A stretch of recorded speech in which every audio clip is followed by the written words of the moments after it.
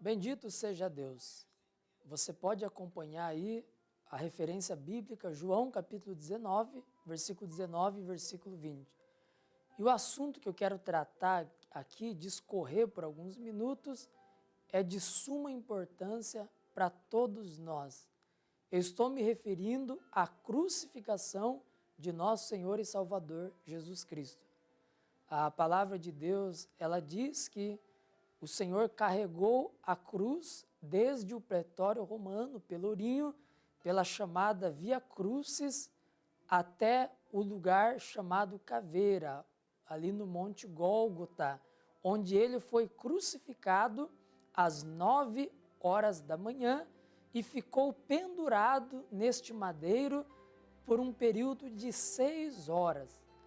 Ao meio-dia, até mesmo o sol não conseguindo contemplar aquela cena, se escureceu. A Bíblia diz que o sol se escureceu quando ele deveria brilhar mais forte, que era o meio-dia, e houve trevas espessas por toda a terra. Foi uma cena chocante. Houve um terremoto, as estruturas físicas e espirituais foram abaladas diante daquela cena. Olha o que diz aqui o versículo de número 19. E Pilatos escreveu também um título e pô-lo em cima da cruz. E nele estava escrito: Jesus Nazareno, Rei dos Judeus. E muitos dos judeus leram este título, porque o lugar onde Jesus estava crucificado era próximo da cidade. E estava escrito em 3 idiomas: hebraico, grego e latim. A mensagem da cruz é de suma importância para todos nós. O apóstolo Paulo, ele disse que ele pregava a Cristo para que essa mensagem não fosse vã. Tanto a judeus quanto a gregos, ele anunciava Cristo. Os judeus eram os descendentes de Abraão e muitos deles, infelizmente, haviam se tornado ritualistas, religiosos. Eles queriam sinais e Paulo pregava para eles Cristo.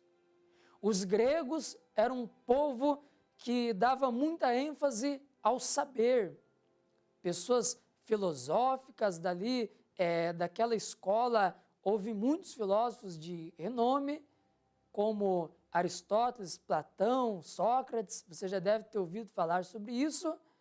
E então eles eram pessoas que sempre estavam buscando novidades para a sua mente, para a sua alma. Mas Paulo se dirigia àquele povo culto, àquele povo sábio e pregava a Cristo. A mensagem da cruz, ela deve ser pregada a todos, ao rico, ao pobre, ao inteligente, aquele que é simplório. A mensagem da cruz deve ser pregada ao religioso, ela deve ser pregada ao sábio, ao intelectual. Todos nós dependemos das lições que a crucificação de Cristo trouxe, o que aconteceu através da crucificação como benfeitoria para conosco. E a primeira coisa que eu quero ressaltar aqui nesses versículos que eu li, nesse nosso tempo que é limitado, o versículo 19 e o versículo 20, é que Jesus foi crucificado em um lugar público, aberto a todos. Eu quero que você observe o versículo de número 20, em que Pilatos colocou uma escritura sobre a cruz, e naquela escritura estava escrito Jesus Nazareno, Rei dos Judeus, e ele colocou em 3 línguas, na língua dos gregos, em hebraico e também em latim. Jesus não foi crucificado em uma sinagoga, em um lugar fechado, onde ninguém pudesse ver ou saber, como se fosse um ato secreto. Não, ele foi crucificado em um monte, no Monte Gólgota, Caveira, que tem até hoje lá em Israel, na Terra Santa. em um lugar alto, em um lugar visível. E a escrita da crucificação estava em 3 idiomas, para que o maior número de pessoas possíveis pudesse saber que ele estava ali, pagando pelos nossos pecados, crucificado entre os céus e a terra, em nosso lugar, como substituto. O que o Senhor vem falar aos nossos corações? Que essa mensagem, ela tem que ser anunciada de todas as formas e em todos os lugares. É por isso que o nosso ministério se propõe a levar a palavra de Cristo através das mídias sociais, da televisão, da rádio, panfletos, livros, revistas e todos os meios e recursos possíveis para que essa mensagem seja anunciada. Jesus foi crucificado em um lugar visível, em um lugar público, no monte, onde todos pudessem contemplar, para nos dar essa lição de que a mensagem dele tem que ser propagada, tem que ser anunciada em todo o mundo, em todo o globo terrestre.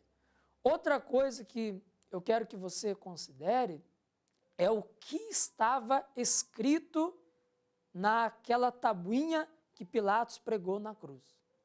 Caso você não sabia, era colocado o crime dos malfeitores na cruz. Jesus foi crucificado e do lado direito e do lado esquerdo dele haviam 2 ladrões. Talvez na tábua da cruz dos ladrões estava escrito causador de rebelião, estava escrito ali ladrão, eu não sei, ou ali escrito homicida, os crimes que eles cometeram para receber essa punição. Essa era a mais alta punição que os romanos davam aos malfeitores, aos infratores. E Jesus, o nosso Senhor, foi contado como malfeitor em nosso lugar.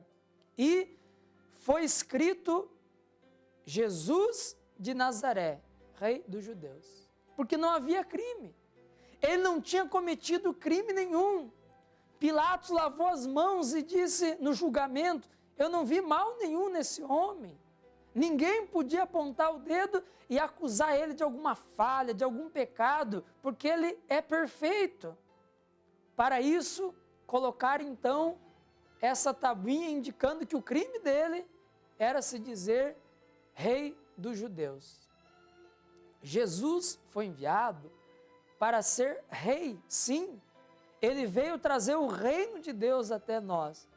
Mas o reino de Cristo não era de acordo com a visão que os judeus esperavam. Eles queriam um rei montado em um azalão branco, que tivesse legiões e legiões de soldados e expulsasse os soldados romanos da terra deles, que era Israel. Jesus veio como rei, mas não do modo que eles esperavam. Jesus veio como rei em um sentido espiritual. Ele é rei do coração das pessoas, do interior das pessoas. Ele não veio como um rei preparado com um exército, com arqueiros, lanças e flechas, montado em cavalos, com máquinas de guerra e artilharia. Não, ele veio para ser rei em um sentido espiritual. Ele quer ser rei do seu coração. Meu amigo, minha amiga, telespectador, telespectadora, Jesus Cristo bate à porta do seu coração. E se você ouvir a voz dele e deixar ele entrar, ele será exaltado rei e senhor da sua vida. E ele vai governar num sentido espiritual. Tem uma outra passagem das Escrituras que até mesmo diz: o reino de Deus está dentro de nós. É aqui, em nosso interior, em nosso coração, que Jesus domina, que Jesus reina. As direções para o nosso viver, as decisões que nós tomamos, procede de Cristo assentado como Senhor do nosso coração. É o orgulho que impede Jesus de entrar na sua vida? Você é uma pessoa orgulhosa e você quer continuar abraçado com a religião, com as tradições que você talvez aprendeu até mesmo dos seus pais, dos seus entes queridos, e por causa disso você não aceita Cristo, não abre o coração para Ele, não se entrega para Ele, abre o seu coração hoje e deixe Jesus ser rei do modo que Ele foi enviado para ser, rei do nosso coração, das nossas atitudes. Então, essa é a nossa segunda lição. A primeira é que Jesus foi crucificado em um lugar visível, para que a mensagem dele fosse propagada em todo o mundo, a fim de que o maior número possível de pessoas contemplasse essa cena e fosse ministrada através do que ele fez. A segunda lição é que ele veio para ser rei. Então a escrita que Pilatos colocou na cruz não estava errada. Jesus de Nazaré, rei dos judeus. Não só dos descendentes de Abraão, mas de nós os gentios. Ele foi enviado para ser rei e senhor das nossas vidas, em um sentido espiritual, rei dos nossos corações. E uma terceira lição, antes de eu já orar com você, é que a cruz de Cristo tem duas madeiras. Uma madeira principal, que é colocada na posição vertical, e uma outra madeira que cruza ela, colocada na posição horizontal. O que isso significa? A morte de Cristo trouxe a reconciliação do homem com Deus, da terra com o céu, e a morte de Cristo é a inspiração, é o exemplo para que eu me reconcilie com aqueles que estão do meu lado. Preste atenção, eu vou repetir. A cruz na posição vertical ensina-nos que a morte de Cristo reconciliou o céu com a terra. É como se Deus, em seu amor, desse através da obra de Cristo na cruz um beijo apaixonado na terra, nos reconciliando com Ele. E também, quando nós olhamos para a cruz de Cristo, nós vemos que é capaz de perdoar os que estão ao nosso lado. A madeira horizontal nos ensina isso, que olhando para Cristo, para o exemplo dele, nós temos força para perdoar aqueles que nos prejudicam, que nos fazem mal. Aliás, na cruz, Jesus disse uma das suas últimas palavras: perdoa, Pai, eles não sabem o que fazem. Se ele que sofreu tudo aquilo injustamente liberou o perdão, olhando para ele, você que sofreu muito menos do que ele padeceu, você pode liberar o perdão também. Ele te dá força. Ele te dá força para perdoar quem quer que seja que tenha lesado e prejudicado você, em nome do Senhor Jesus. Fique com essa palavra no seu coração. A terceira lição é essa. A cruz nos ensina que a terra está reconciliada com o céu. A cruz nos ensina que nós temos condição de viver em paz com o nosso semelhante, vivendo em amor, perdoando em todo o tempo. Oremos agora. Querido Deus e amado Pai, em nome de Jesus Cristo, nós te agradecemos por essa palavra. O Senhor falou aos nossos corações. Por alguns instantes, nós contemplemos a cena do Calvário, em que o Senhor Jesus Cristo foi pendurado entre os céus e a terra. E ele disse: quando eu for levantado da terra, todos atrairei até mim. Eu te peço que aqueles que estão nos acompanhando sejam atraídos agora à cruz de Cristo. Venham, crianças, e contemplem a cena, contemplem a cruz do Salvador. Mãe de família, dona de casa, matrona, contemple a cena. Pai de família, provedor do lar, patrono, contemple a cena. Oh, rico, pobre, você que é inteligente, se considera intelectual, racional, ou você que é uma pessoa simples, talvez até analfabeto, contemple a cena. Contemple Deus crucificado no madeiro, ensanguentado. Contemple a cruz e a tábua escrita: Jesus de Nazaré, Rei dos Judeus. Essa contemplação vai trazer paz à sua alma. Espírito Santo, imprima agora nas mentes e nos corações de todos a cena do Calvário, para que os pecadores sejam reconciliados com o Senhor e essa pessoa que foi lesada e prejudicada receba inspiração e força para perdoar aqueles que são seus algozes, que lhe fizeram mal. Que essa mensagem seja anunciada de todas as formas, de todas as maneiras. Até hoje, essas palavras têm poder, elas falam conosco e nos abençoam. Venham todos, esse é o convite da graça de Deus.